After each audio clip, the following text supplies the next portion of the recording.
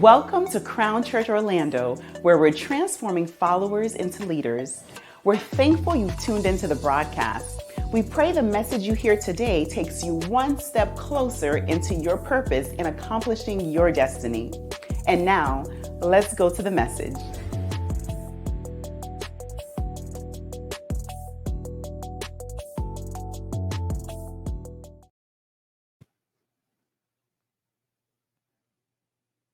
Good morning. Good morning, Transformers. Listen, on this last week of the year, this is the day that the Lord has made. Let us rejoice and let us be glad in it.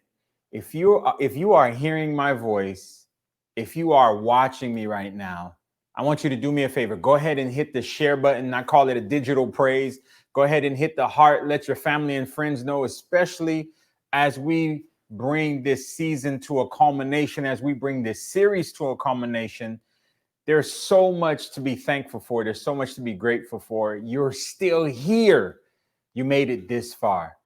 And you know what? As the psalmist used to say, I feel no ways tired. I'm thankful that I am still here with you. You're still here. That is definitely something that we can praise God for in this moment. Now, listen, as we are bringing this series of gift wrap to a culmination, to an end for now, I want to draw your attention to 1 Samuel chapter 17, verse 31 through 40. I believe that there's a lesson in this story as we close the year out, specifically in this series. It says, now when the words which David spoke were heard, they reported them to Saul, and he sent for him. Then David said to Saul, let no man's heart fail because of him. Your servant will go and fight with the Philistine. It's talking about Goliath. Verse 33, and Saul said to David, you are not able to go against this Philistine to fight with him, for you are a youth, and he a man of war from his youth. But David said to Saul, your servant used to keep his father's sheep, and when a lion or a bear came and took a lamb out of the flock, I went out after it and struck it and delivered the lamb from its mouth. And when it arose against me, I caught it by its beard and struck and killed it. Verse 36, your servant has killed both lion and bear, and this uncircumcised Philistine will be like one of them, seeing he has defied the armies of the living God. Moreover, David said, the Lord who delivered me from the paw of the lion and from the paw of the bear, he will deliver me from the hand of this Philistine. And Saul said to David, go, and the Lord be with you. So Saul clothed David with his armor and put a bronze helmet on his head. He also clothed him with a coat of mail. David fastened his sword to his armor and tried to walk, for he had not tested them. And David said to Saul, I cannot walk with these, for I have not tested them. So David took them off. Verse 40, then he took his staff in his hand, and he chose for himself 5 smooth stones from the brook and put them in a shepherd's bag, in a pouch which he had, and his sling was in his hand, and he drew near to the Philistine. I want to talk to you today as we wrap this season up, as we are in the gift wrap series, on a subject titled, Trust What Is in Your Hand. Trust what you have. Trust what you have. See, there are certain things in David's hand. There are certain things in our hands that we need to be more confident in. Trust what you have. I don't know who I'm speaking to, but I just want to let you know you have something of worth. You have something of value, and you should not discount it. Do not despise the small beginning. Do not despise how small it is right now in your hands. Trust what you have. See, we live in a day and age where conformity and compromise is the norm of society. There is an immense pressure to go with the flow and to go with the opinion of the majority. But the problem is this: what if the majority is wrong in their assessment? What if the opinion of the majority is wrong? So I can't just go with an opinion that could possibly be wrong. See, in society, we are told, and based on things that are portrayed, we are told what to eat and what to wear, what to eat, what to wear. All of those things are influenced. What we drive, where we live, the type of things we go after. All of those things are somewhat influenced. And all of this happens subliminally. And before we know it, we are all the same. We all like the same thing. We all dislike the same things. We all go after the same things. We all avoid the same things. It's almost like a herd mentality. But if we're all the same, think about this for a second. If we're all the same, how can we appreciate each other's differences? If we're all the same, how can we appreciate each other's individuality? If we're all the same, how can we appreciate each other's uniqueness? Everyone's different. Everyone has this uniqueness to them. And if we operate with this herd mentality, we will miss the uniqueness of those that are around us. We will miss the individualities of those that are around us. See, we live in a time that is actually, when we look at society, we live in a time that is actually defined by labels and titles and brands. Everyone is gravitating towards a specific status symbol. And so as a result, everything is either a copy or a copy of a copy. And my question is, where are the originals? Where are the originals? Where are those individuals that actually go against the grain? I know there's a few of us out there. There's a few of you out there, but we should have more. You are an original. In 1 Samuel chapter 17, we are introduced to a crisis, similar to what we are experiencing in our time and in our context, different times in history, but we're introduced to a crisis. And if you're taking notes, what I want you to understand about a crisis is this: a crisis is a set of circumstances out of your control. A crisis is a set of circumstances out of your control. A crisis is a critical event or point of decision which, if not handled in an appropriate and timely manner, may turn into a disaster or catastrophe. And it's very important that when we're looking at this context, and I'm talking about originals, we're going to bring it all together in a second. But the most important thing that we see here, when a crisis happens, what we have to understand is that God allows crises to happen. He allows the crisis in 1 Samuel 17 to take place. And yes, he allowed the crisis that we're in to take place, because without a crisis, most people will not move. A lot of people are comfortable, and it usually takes a crisis to make people uncomfortable to the point of movement. See, if we'll be honest, without a crisis, some of us would not move. Without a crisis, some of us would not pray. Without a crisis, some of us would not even come to God for the solution.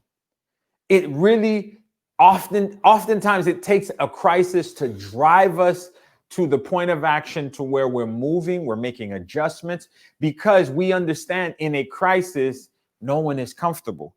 And God oftentimes allow crisis to happen so that we can be uncomfortable, so that we can move, so that we can make adjustments, so that we can reevaluate resources, reevaluate networks and relationships. Crisis comes often because there's something that God wants us to really hone in and focus on. Another thing that we have to understand is that crisis will challenge your self-concept for authenticity. What I mean by that is everybody have a perception or a concept of who they think they are. And when the crisis arises, the crisis will challenge that self-concept to see if it's authentic or not. Yeah. Hard time reveals who we are and who we are not.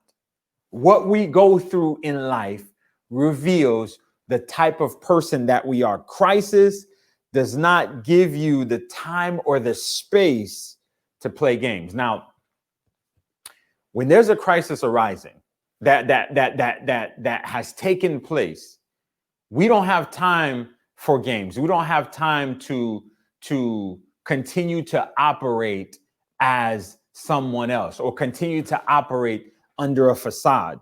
When a crisis arises, crisis oftentimes reveals character. The nature of the crisis will reveal the type of character that we walk in and that we operate by.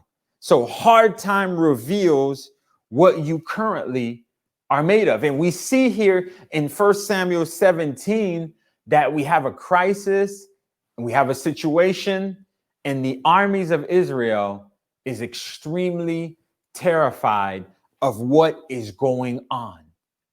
How has been your response so far this year in the midst of this crisis?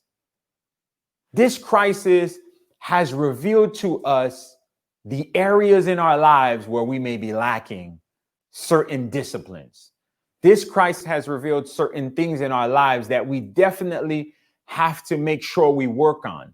This crisis has revealed certain tendencies, mindsets, moods, relationships.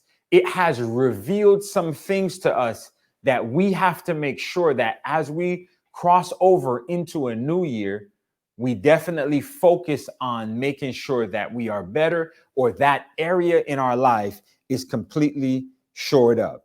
See, God will use a crisis as a means of refinement. And this has been the year. This truly has been the year of refinement.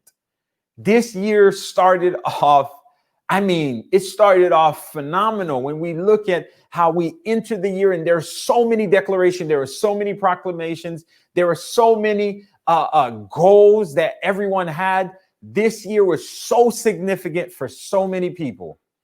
But at the same time, it took a turn. And the thing that we have to understand about a crisis is a crisis affects everyone at the same time. And God has been using this crisis, believe it or not, to refine certain things in our thinking, to refine certain things in our character, to refine certain things in our attitudes, to refine certain things, to really strain and filter some things out. And what we have to understand is that in the midst of a crisis, it's not to kill you, it's to build you. God allows crisis to happen, not to kill us, but he uses and he allows the crisis as a means to build us, And what I want you to understand is, I want you to write this down. Your resilience to temptation to quit. See, in the midst of the crisis, you will be tempted to quit.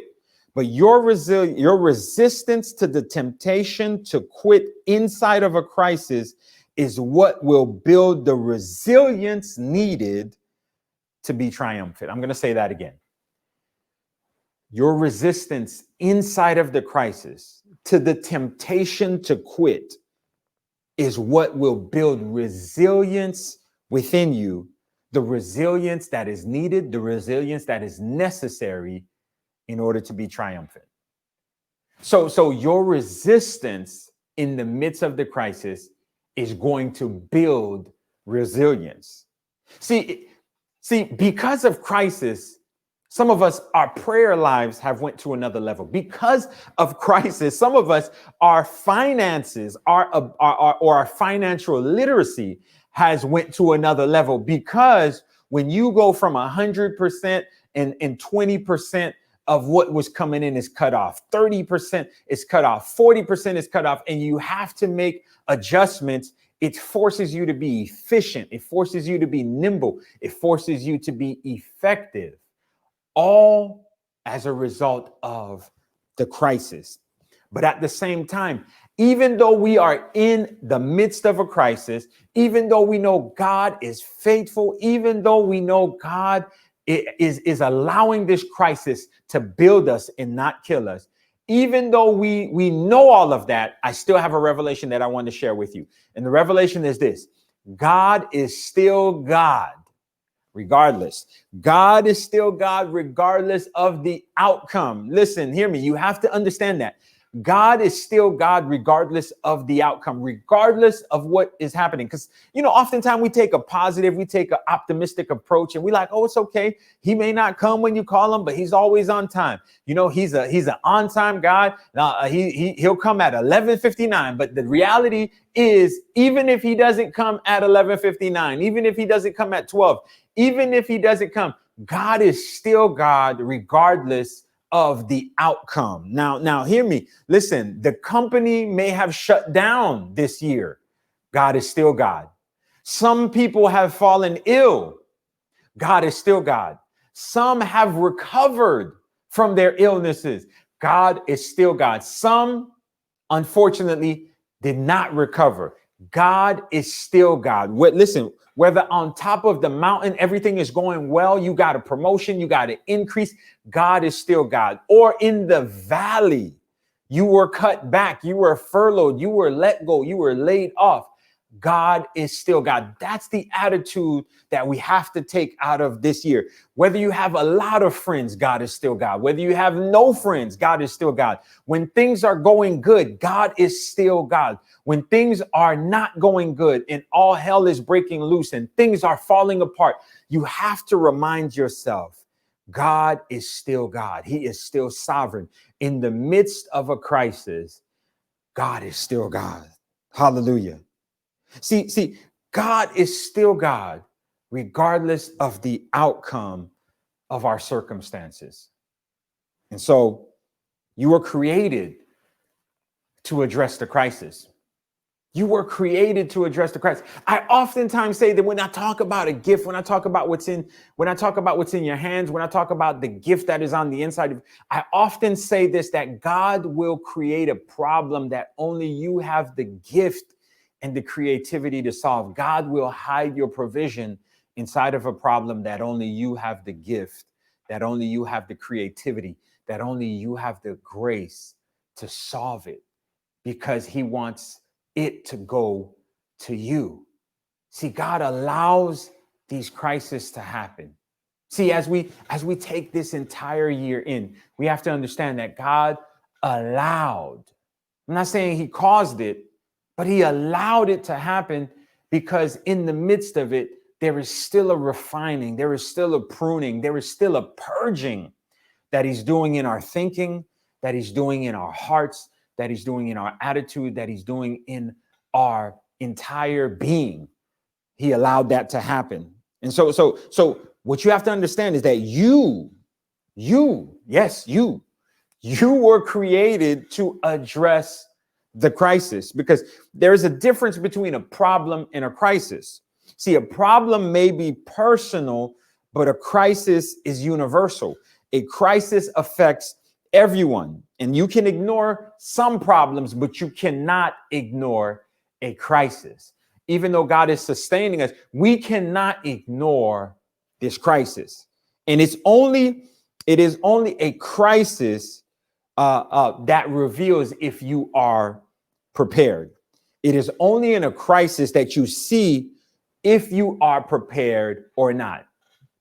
Now, your perspective within the crisis will reveal whether or not you are prepared. When a crisis arises, it's your perspective that's going to really reveal whether or not you are prepared or not. See, in this crisis in 1 Samuel 17, Israel is scared because Israel sees Goliath as an opposition. But David is confident because David saw Goliath as an opportunity. And so when a crisis arises, do you look at it from the lens of, man, this is an opposition that's going to take me out? Or do you look at it as, man, this is an opportunity? I want you to write that down. It is based on your perspective. Your perspective inside of the crisis will reveal whether or not you are truly prepared, because Israel saw it as an opposition, but David saw it as an opportunity. When you see a crisis, do you see it as Israel see it? I want to leave it up for you. Do you see it as an opposition,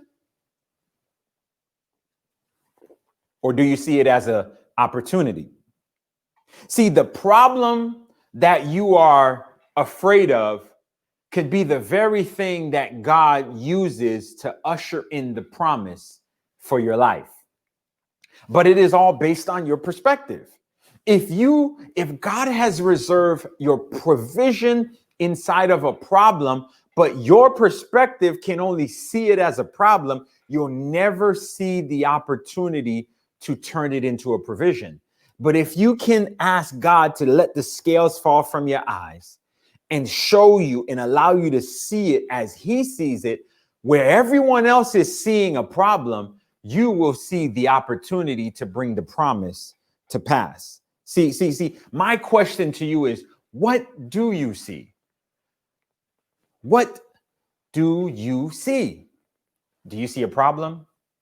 We can tell based on the conversations you have with people, based on what you are looking at. See, do you see layoffs? Do you see shutdowns? Do you see foreclosures? What do you see?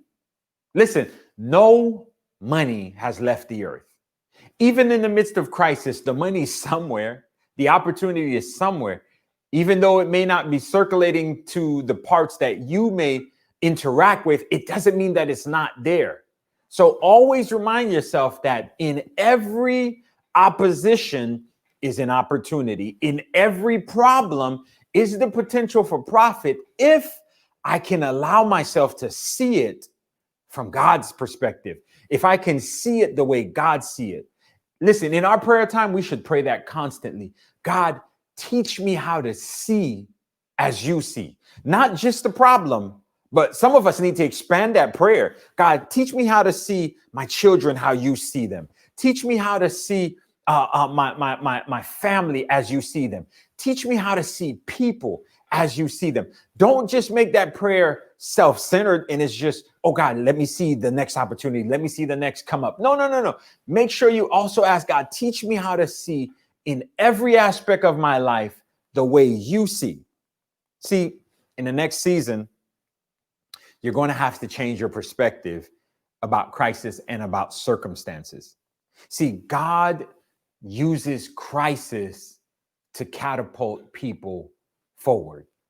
I've learned that.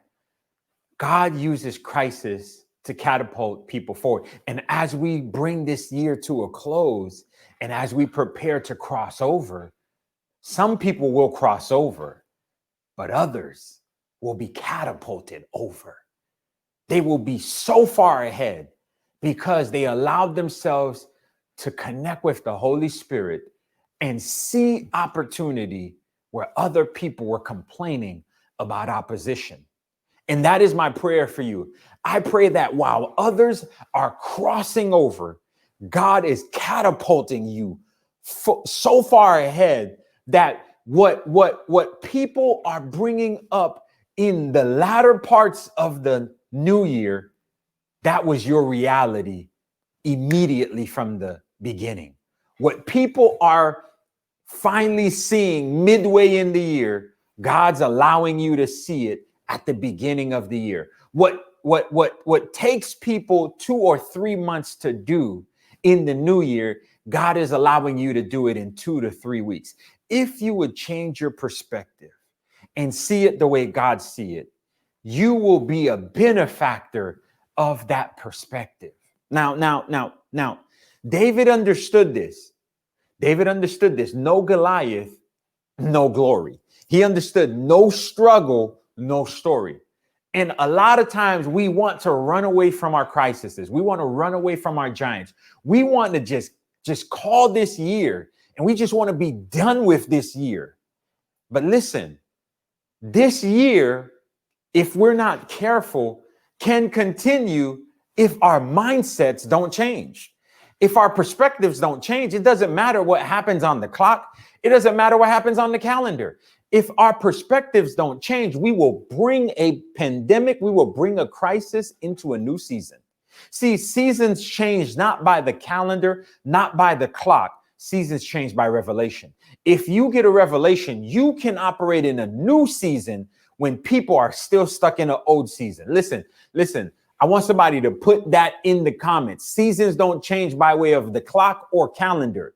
That's one type of season. But when you walk with God, seasons change by way of revelation. If you get a revelation of who you are now, your season will change. If you get a revelation of what you have now, your season will change. If you get a revelation of the opportunities that God is putting in front of you, your season you don't have to wait for your season to change based on the calendar, based on a clock. Your season can change today. Your season can change right now. You can start operating in a new season right now if you can get a different revelation based on what God has revealed in his word, based on what God has revealed about you and about what is going on around you. Seasons don't change by way of the calendar. Seasons don't change by way of the clock. Seasons change by way of revelation. And I pray that you get a new one.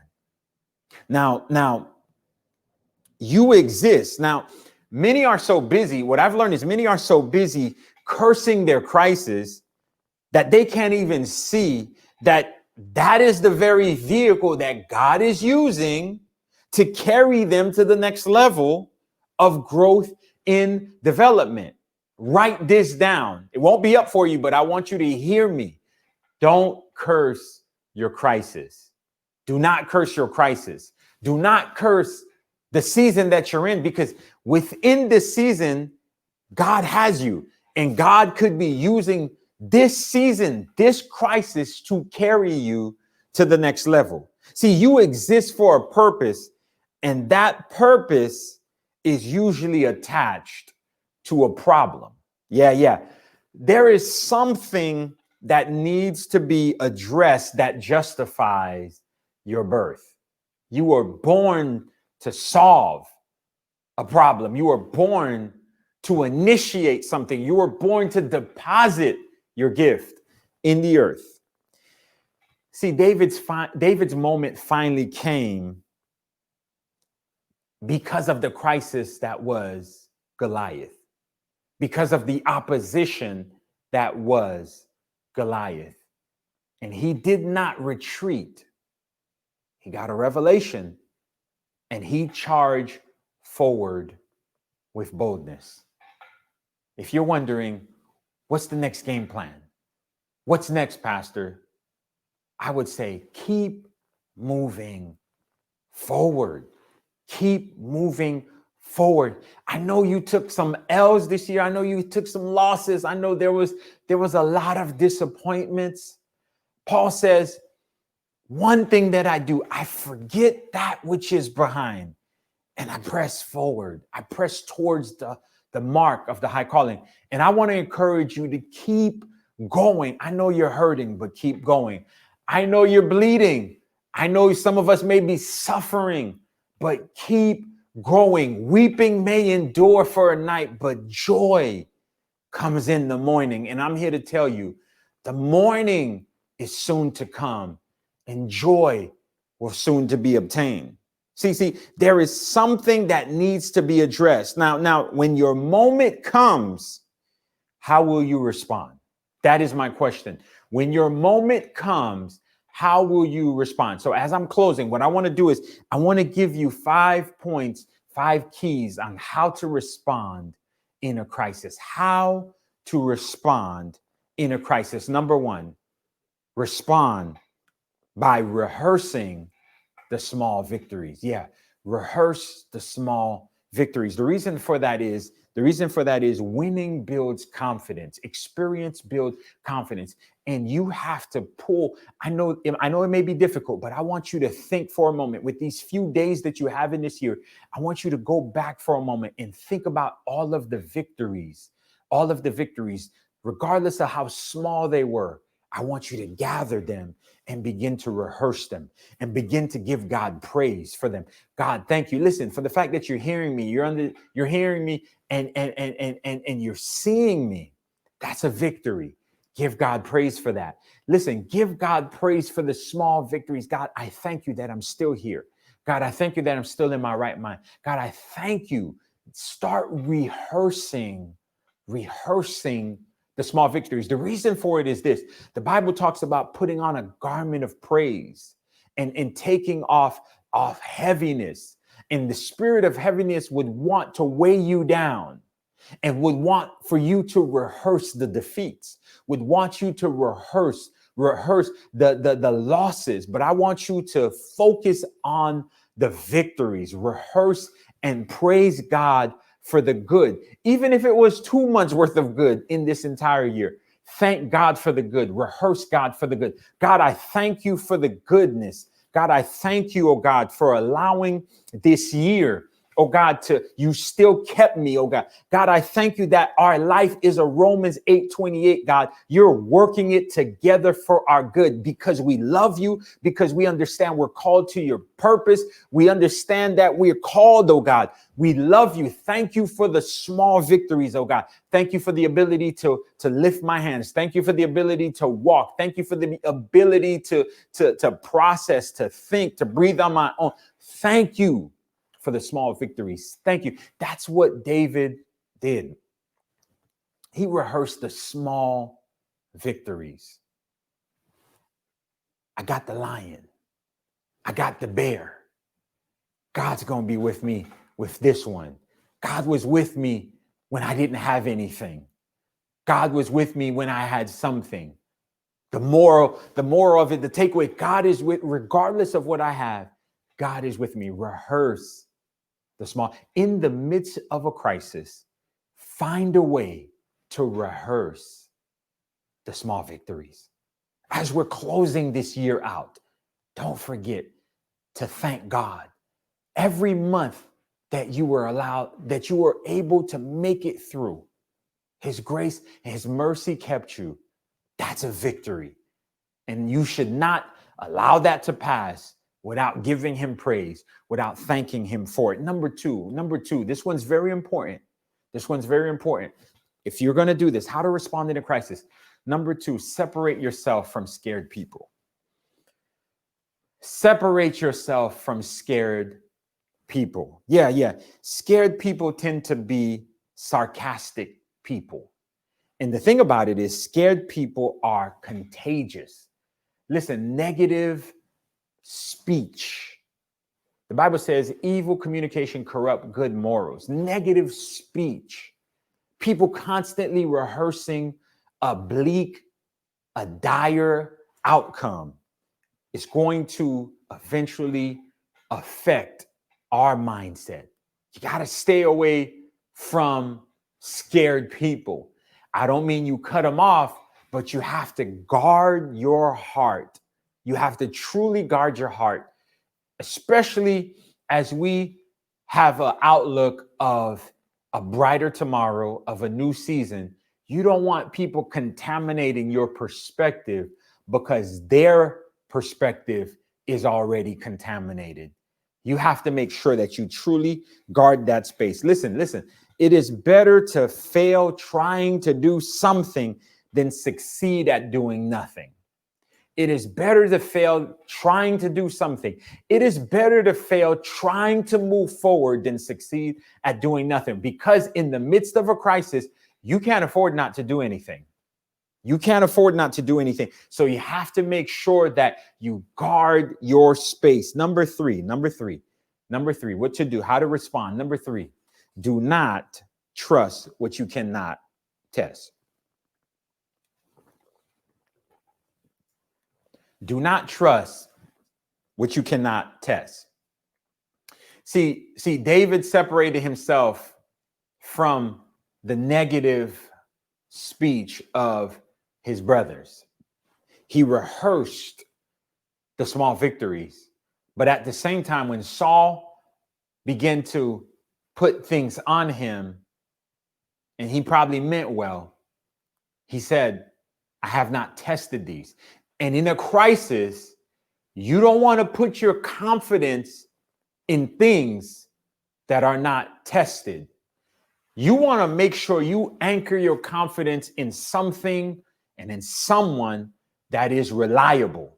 This is why in the midst of a crisis, we need to put our confidence in God. We need to put our assurance in Jesus Christ because he is proven. He is proven. He has, listen, the Bible says he has conquered death, hell, in the grave. He is resurrected. He is seated at the right hand of the Father. All authority has been given to him. He is proven. And in the midst of a crisis, that's where we need to anchor our faith. That's where we need to anchor it. Listen, life is too precious to accept and to adapt or connect to something that is unverified. Life is too precious to connect to something that is unverified. Even God himself say, test me now. He challenged him in the tithe. God has proven himself. He has put creation on display. When we look at our own lives and our bodies, we can see that God has been faithful. He is trustworthy. Number four, how to respond in a crisis. Take off Saul's armor. Take off Saul's armor. Saul's armor is this. Saul's armor is someone else's experience, someone else's image, someone else's projection on you, someone else's dream that they're trying to vicariously live through you or have you under that pressure to deliver. See, we have more faith to build someone else's dream than to pursue our own. And we got to change that perspective. There's nothing wrong with building someone else's dream, but not at the expense of killing your own. Listen, sometimes we have to sacrifice our dreams. Sometimes we have to put our dreams to the side.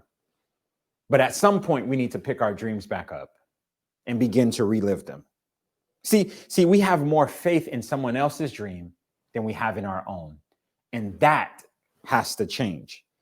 See, there are a lot of people wearing images that they do not trust, but because it looks good, they continue in it. And as we get ready to go into a new season and a new year, we got to shed all of those images, all of those false labels, all of those false things that have been projected on us. We need to go ahead and shed that.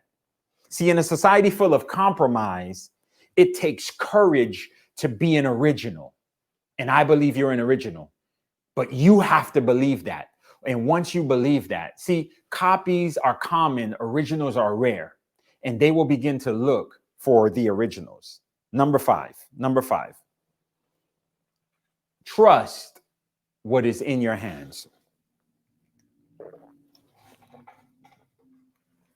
Trust what is in your hands. See, everybody is equipped to accomplish something. God has equipped us to accomplish purpose. Most people, however, were trained not to trust themselves and not to trust what is in their hands. Culture has convinced us not to believe what we can and has buried it under labels, has buried it under failure. But as we go through this crisis, God is allowing this crisis to take place so that you can recognize that you really are an original and not a copy. Do not let them bury the potential that is on the inside of you. Make sure that before you leave this earth, you manifest what God has given you. You sow your seed of your gifting to your generation. As I'm closing, the legend of David's life was born that day after he did something. You have to do something. In the midst of a crisis, you cannot just stay there. You have to do something because God is with you. Listen, Jesus died so that we can live and have life more abundantly. So you have to keep moving forward because he that began a good work, listen, he's faithful. He's faithful. And so as we close, I want you to make the most of your refinement. I want you to make God proud by becoming who he created you to be. I want you to make God proud by trusting what you have. And I want you to engage the crisis with this mindset that he that began the good work in me is faithful and just to complete it. And so with these next few days, as you're processing, listen, trust what you have. I want to pray for you at the same time. I want to pray that whatever setbacks that you've experienced this year, that God uses it as a setup. Whatever has hindered you from moving forward, that God uses the opposition to catapult you forward. I pray that God may truly use the crisis to spark creativity in you. I pray that God may use these next few days to give and to inspire you and to give you the blueprint for the next season. I pray that you may block out every noise. I pray that you may push out every negative association. I pray that you may begin to rehearse the victories. I pray that you may begin to move forward with what you have in your hands. Listen, seasons don't change based on the calendar or based on the clock. They don't only change that way. Seasons also change by way of revelation. I pray that God gives you a revelation, first of who he is, and second of who you are. And I pray that revelation breaks every mold, breaks every stereotype, breaks every label that have been placed on you, and that you truly understand that you have been gift wrapped and that you have been given something. And I want you to trust what you've been given. And I wanted to let you know this. For if you've accepted Jesus Christ, if you're born again, one of the gifts that he has given us is the gift of his Holy Spirit to lead us, to guide us into all truth, to be our comforter, to be our helper. And I pray that you begin to walk with the Holy Spirit so that you can see every negative season changed for the better. Family, happy new year. Be safe. Be blessed. I'll see you on the other side. Have a phenomenal day.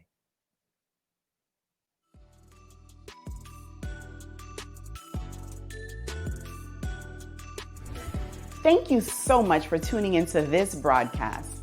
We pray that you were blessed by the message. If this ministry has truly added value to your life, we want you to prayerfully consider supporting financially. Listed on your screen are several ways that you can express your generosity. Allow me to say thank you for any past, present, or future contributions that you are led to give. Finally, thank you for joining us on this journey of transforming followers into leaders that impact, influence, and change the world. At Crown Church, all we do is for his glory and his glory alone. Until next time, have a great day and God bless.